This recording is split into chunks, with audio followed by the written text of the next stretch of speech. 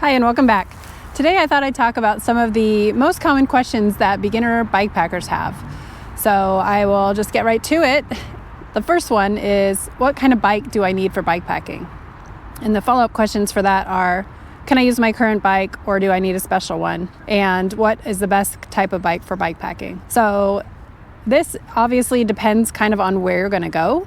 And so if you're going to stay more on gravel, then you don't really need necessarily a full suspension bike. But if you're going to be going on more single track trails, you might want something with either front suspension or full suspension. So that kind of depends. But for me, I had a hardtail mountain bike, which is front suspension and not back suspension. So I found that to be sufficient for me. And I did do a lot of different kinds of routes. I stayed on pavement in some, and then I did go on some single track as well, and obviously a lot of dirt roads. So it worked for me to have that for most cases. I did ride with one guy who had drop bars on his bike, and he said the one thing he wished he would have changed for the Tour Divide was that he probably would have rather had flat bars. Oh, look at this. Speaking of bikes. So I think though the bottom line is you really just need to kind of go with the bike that you have and get started, because I think we tend to overthink things, or at least I do. And I know that probably if you're watching a YouTube video about this, you've probably watched a million YouTube videos about this. And so I think just get started. So whatever you have, get it out of the garage, pump up the tires, and just go on an overnight and see what happens. Just give it a shot, and then you can always change later on. So I think worrying about it at the beginning, you don't really need to do that. The next question is, what kind of bags do I need for my bike? Do I need full set of bags? Can I use a backpack? Are panniers better? Are bike packing frame bags better? People have a lot of questions about bags. So obviously, again, the answer is kind of, it depends. It really just depends on what you like, but I think that you can just do it with one bag and a backpack at the beginning, or even a dry bag and a backpack at the beginning. And again, you really don't need to overthink it too much. But personally, I prefer bike packing bags over panniers. I've never used panniers, so I guess that's not really a fair preference, but I used bike packing bags and I liked the bike packing bags. I like the slim kind of silhouette of it, and the fact that I can go on single track and things like that. And I like to be more compact. I don't really need a lot of stuff. Maybe you do, maybe you need a bigger bag. But now they do have some pretty good rear frames, and some of them have bags attached to them already, so incorporated in them.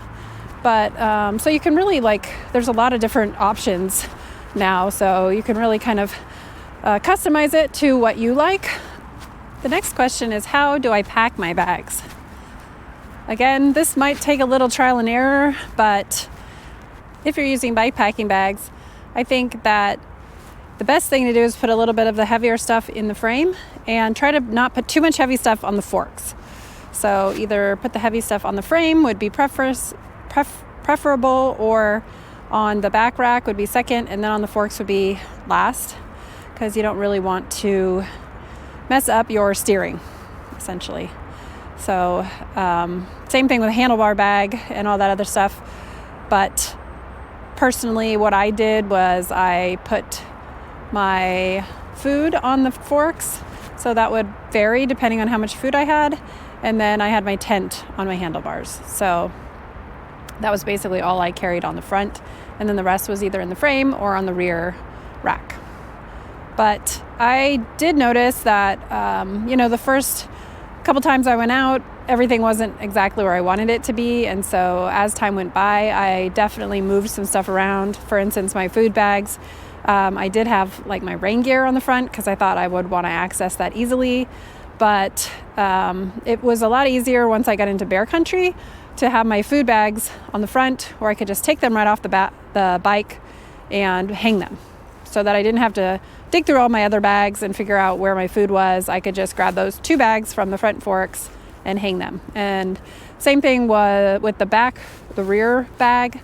In the rear bag, I put all the stuff I wanted to keep dry that needed to go inside my tent. So that way I would put up my tent, grab my rear bag and pull it into my tent, and then I could take anything out of that bag without it getting wet. So for instance, my sleeping bag and my puffy jacket and the things that I wanted to keep dry were all in that one bag, which came off my bikes. So I never had to open up that bag and possibly get it wet while I was riding.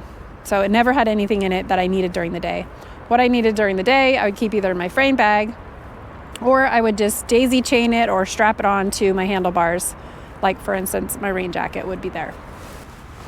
The next question is about tires. So first one is, how wide should my tires be? Second one is, should I go tubeless or not? For the first one, that depends on where you're going to be and the terrain you're going to go on. So for me, I had 2.5 inch tires. Actually, no, I take that back. I had 2.25 inch tires, and I changed my tires when I was just starting out, and I decided to go a little wider because of the Tour Divide. So I went with 2.4s. Those were good. They worked out great. They weren't too wide at any point. I mean, I guess when I was on the road from time to time, it was a little bit slow going, but I would say 2.25, 2.3, 2.4, anything around there is probably good as far if you're going to be mostly on dirt or single track. And for me, the reason I went a little wider was because I was a little bit afraid of some of the deeper sand and mud. So that's why I went with a little bit wider tire. And so as far as tubeless, I did not go tubeless, but I would suggest if you're just getting started, go tubeless. Get rims that are tubeless compatible, get wheels that work with that, and go tubeless and learn how to use it right from the beginning. Because I did not buy a bike that had tubeless compatible wheels, and to convert that was just going to cost me almost as much as my bike. So I didn't change it, but I really wish that would be the one thing I would change if I bought a new bike right now, today. Before I get to the next question, I just wanted to quickly say that if you're subscribed to this channel, I really appreciate it. I am a very shy person, and putting myself out there on the internet has been a little bit of a hard thing. And so it's just amazing that people are actually willing to watch and hear what I have to say. So that's just been really rewarding, and the community around it is really great. And so I just wanted to say thank you, and I really appreciate it. And yeah, it's been good. It makes my heart all warm and fuzzy. So thanks so much. The next question is, do I need a special saddle, or how do I prevent saddle sores? I did not get a special saddle. However, a lot of people do. So I just used the saddle that was on my bike, and I was fine. I mean, definitely at sometimes my butt was a little sore, or I needed to make sure that I, changed my pants or underwear or chamois or whatever it was that I was wearing at the time. And I can get into that in a second. But a lot of people go with Brooks. That's kind of a tried and true one, but it often is leather, and you do have to take care of it and break it in, and also make sure that it doesn't get wet if it's raining. I didn't want to have to deal with any of that, so I just went with the saddle that was on my bike, and it was fine. I would suggest if you're just getting started, maybe just go with the saddle that's on your bike. There's just so many different things that you can buy that cost extra money, and I think that that's kind of prohibitive to getting started at times. So I think that just get started, and there are bike shops everywhere. If you change your mind or if you have issues, you can get a saddle at that point. But don't anticipate that every problem is going to happen, or don't try to, and just get started. So as far as how do you prevent saddle sores, personally, I wore a chamois half the time, and I wore no chamois half the time. So I switched back and forth, and make sure that you're cleaning your chamois. And so some people bring 2 chamois, and make sure they clean one and wear one and then swap them out. Definitely any sweat or grit or anything like that on your chamois is not going to be good. So just clean your chamois. Make sure you're wearing a clean chamois. And if you wear shorts instead of a chamois, make sure you're cleaning your shorts. Or if you wear underwear, make sure you're cleaning your underwear. And then, of course, make sure you're cleaning your body. So when you get to camp at night, even if I was camping, like in a tent, I have some dry wet wipes, which are just little pucks that you use and you put water on them, and then you can clean yourself. So I made sure to clean all of my nether regions very well at the end of the day, because a little ounce of prevention is worth a pound of cure, as my grandfather used to say. So make sure you clean your nether regions and you'll be a lot happier. Other people use butters and creams and whatnot. Never did that. I did carry a little tube of Vaseline with me, and sometimes if I had a little bit of a, I felt like something was coming on, I would put a little Vaseline on it before I went to bed at night after I cleaned it. So I think I'm a little bit lucky. So if you do have a lot of saddle sores or are prone to saddle sores, you'll probably want to put chamois cream on, or Boudreaux's butt paste, or whatever your lube of choice is. The next question is, how do I find good bikepacking routes? Are there any good apps or websites for planning routes? And how do I know if a route is too hard for me? So how do you find good bikepacking routes? There's several different websites. You can just go to bikepacking.com, and they have a lot of different routes on there, anywhere from 2 days to multiple weeks or months. You can also use the Bikepacking Routes website, or ROOTS, Bikepacking Routes. They have some routes on there. You can also just go to Komoot or Ride with GPS, and people have put their routes on there. And you can use those. And there's tons of different ones. Like, for instance, if you're thinking about doing the Western Wildlands route, you just type in Western Wildlands, and you should find options for other people who've done it in the past. How do you know if a route is too hard for you? I would say on bikepacking.com, the simplest way is to look at that, and it'll tell you what the rating is based on the terrain and the steepness and things like that. So that's probably the best place to start. As far as what websites or apps to use, I have a video about what apps that I found helpful, and I can link that in the description and also put it somewhere over here. I think over here. Yeah. So, but definitely, like I said, Komoot, Ride with GPS, and bikepacking.com are very helpful. The next question is, should I use paper maps or a GPS or my phone? And what's the best way to navigate when there's no cell service? So you can use a combination of everything, but if you use your phone, it's going to drain the battery pretty fast. So make sure you have either a spare battery or a way to charge your battery. That's what I meant. Not a spare battery. A way to charge your battery. Like, I meant to say a battery block or whatever. A charging block. Anyway, yeah, just make sure you have a way to charge your phone. So I have done that, and it worked perfectly fine. When I did the Cross Washington, I used my phone the whole time, and I just charged it a lot. So that does work. But what I did, which was maybe not the best thing, is I didn't want to drain the battery, so I didn't keep the map on all the time. I just put a headphone in and had it talking to me so that it could tell me which way to go, which you can do that. And you can do that with Ride with GPS and Komoot and probably various other apps. But I found that getting a bike computer really was helpful. So you can download everything offline. You don't need to have service when you have a bike computer, and you'll save the battery on your phone. But it is kind of expensive, I think the one that I got was a few $100s. So the gear can add up, that's for sure. The gear can definitely add up. So I would say if you're just starting off, just use your phone and bring a battery pack with you, or be prepared to stop at McDonald's and charge your phone a lot. The next question is, how many daily miles should I plan to ride every day, and what is a realistic distance? That really depends on the terrain and your fitness, but I think the terrain is the most important thing.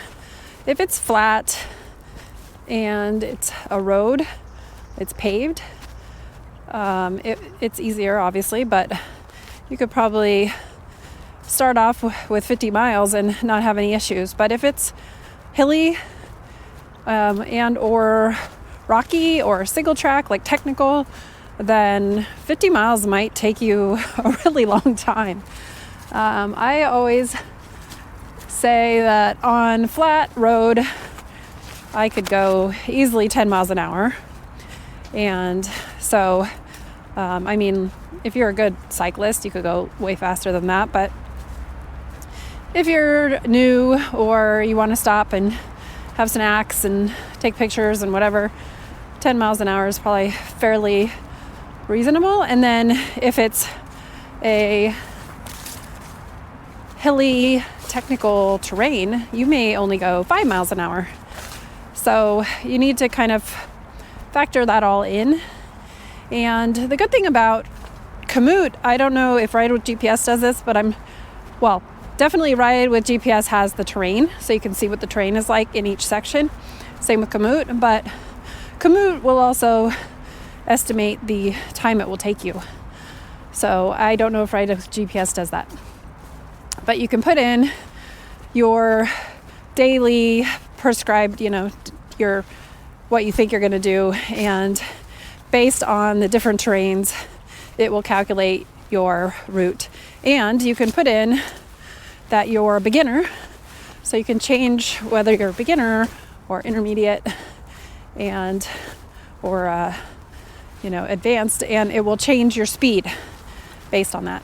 But like I said, if it's a 50 miles on a really hilly route, you might be pushing your bike. So think about it. You might be walking up a hill with a bike that weighs 60 pounds or whatever.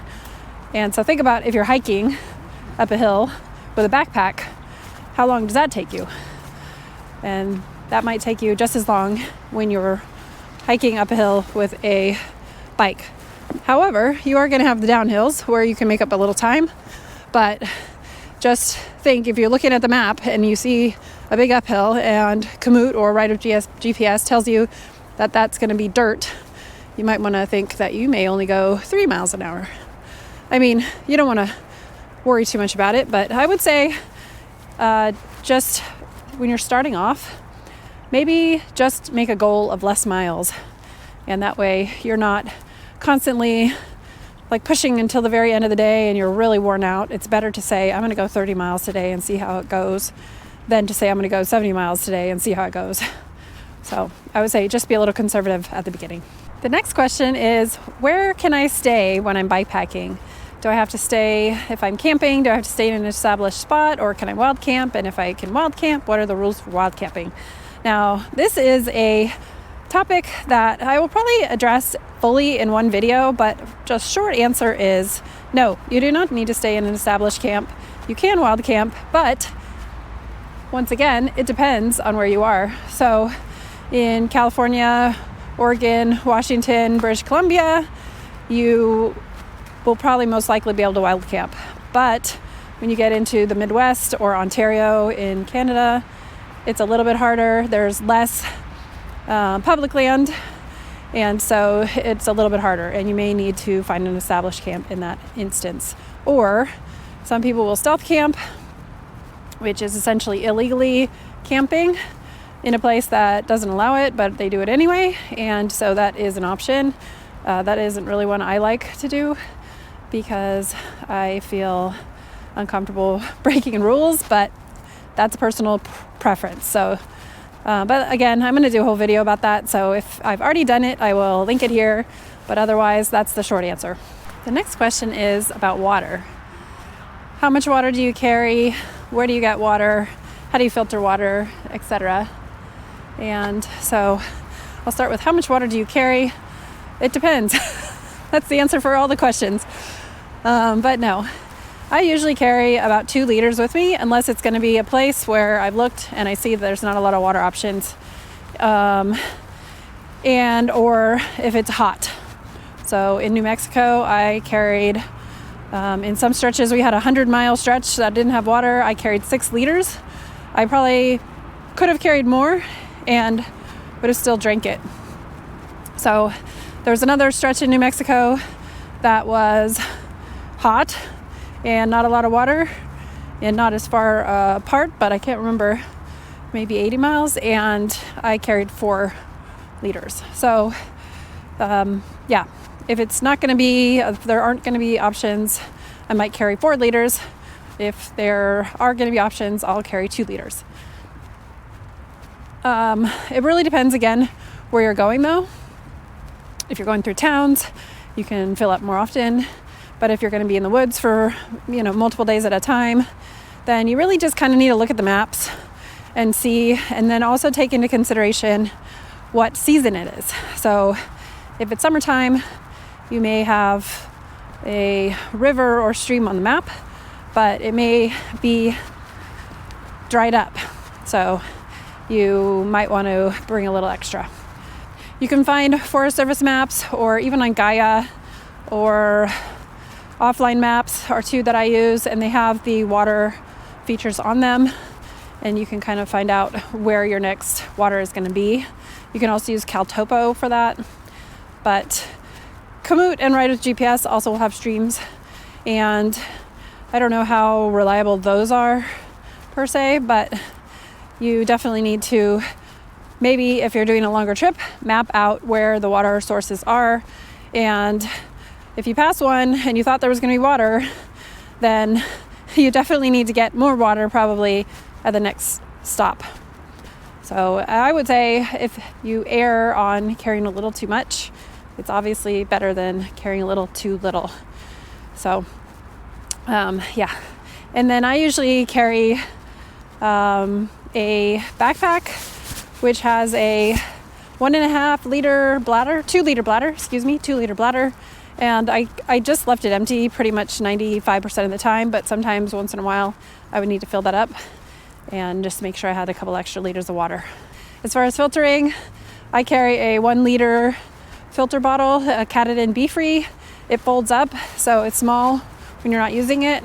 I also carry one liter platypus that folds up small, so when you're not using it, but then that way I have a little extra capacity. The next question is about food. Do I need a stove, and what are some good lightweight high energy foods? As far as stove goes, that's a personal preference. I like to have a hot cup of coffee, so I carried a stove. Some people wanted to be a little more lightweight. They don't carry a stove. It really just is a personal preference. So I guess the answer I would say would be most of the time I do carry a stove. Sometimes I've cold soaked. It's okay. And cold coffee is okay, but I like to have a little treat at the end of the day, something warm, and a treat in the morning, or sometimes in the middle of the day, a coffee. And so I think it's worth the extra weight in my mind. And then as far as high calorie, low weight foods, when you're bikepacking, you don't need to worry as much about keeping weight down. When you backpack, I've calculated things to the gram, calories per gram and all that stuff. And one of the highest things is peanuts and olive oil. So you can always bring peanuts and olive oil to supplement your meals. Like if you're having rice, then just throw peanuts and olive oil in there. And that's an easy fix to get calories. But when you're bikepacking, you will go to towns more often. And so you can kind of eat a lot when you're in town and eat lots of ice cream and things that you can't really carry with you. But then when you go out, you can just carry a lot of nuts. I ate a lot of nuts, basically. A lot of nuts, and then oatmeal and, rice in the evening. So my stuff wasn't necessarily the best bang for the buck, but the nuts were good snacks, and then I would just supplement in town. The next question is what bike maintenance skills that you need to have. And let's see, there's a part 2 for this one. How do I fix a flat? What do I do if my chain breaks? So maintenance skills, you should know how to fix a flat. Going back to what I said before, it's better probably to be tubeless in most cases, but you still need to know how to fix a flat. So that's one skill that's essential. As far as the other skills, it might help to know how to do a few little things like fix your chain or change your brakes or fix a spoke or whatnot. You should also know how to adjust your derailleur, and I don't mean actually adjusting the derailleur, although that's something you can learn too, but just the little barrel knobs on the handlebars that adjust the derailleur and the brakes are probably good to know what they actually do. And that way, because sometimes you think it's a big problem, but really it's not. All you need to do is twist that little knob a little bit and your problem is fixed. So kind of figuring out what those do and then possibly using those to help you is good. And then as far as the chain goes, carrying a quick link is a good idea, or maybe a couple of extra chain links. That way, if your chain does break, you can fix it easily. You will possibly need a chain breaker tool as well, which is on the multi-tool. But I've talked about this in one of my other essential videos, which I can link here. But I did have a multi-tool with one of those chain breakers, and it wasn't super effective, so you might want to get a better one. As far as all the other things, you can learn those on the go, or try to learn everything before you go, or sometimes a bike shop, if you go into the bike shop and you just ask them to show you how to fix a few things, they'll do that. Or some of those community bike shops, which will let you bring your bike in and fix it yourself, but they'll help you, might be a good place to go before you get started on a trip. Just go there and change all those things on your own and have them help you if you run into any snags. That way you'll be more comfortable. The next question is, what spare parts should I bring and what's essential versus overkill? And that kind of goes with the last question, which is you should know how to fix a flat. And so you should definitely bring some tire levers and a multi-tool. Those are probably the two ones I would not leave home without. You also need a bike pump. So basically anything you need to fix your flat, you need to bring that with you. And then a multi-tool will pretty much solve most of the things. And the next question is, how do I stay safe from animals and people? Should I bring bear spray or any protection? So, depends on where you're going to be, but bear spray is something you might want to consider. Other than that, I have found that I haven't had any issues with people or animals, to be honest. So I think you don't need to worry too much about it. If you've ever camped before, you know that people are good. You can leave your stuff in your tent most of the time. You don't really need to overly worry about that. But as far as bear country, bear spray is probably a good idea. If it's grizzly country, you don't really need bear spray if it's black bears. The next question is, how do I keep my bike and gear secure overnight? I personally just have a little lock, and I lock my front frame to my wheel, and then I lay my bike down next to my tent. So if someone tries to take it, they're going to have to pick up the whole bike and carry it away, and otherwise they're not going to be able to roll it because the wheel is locked to the forks basically.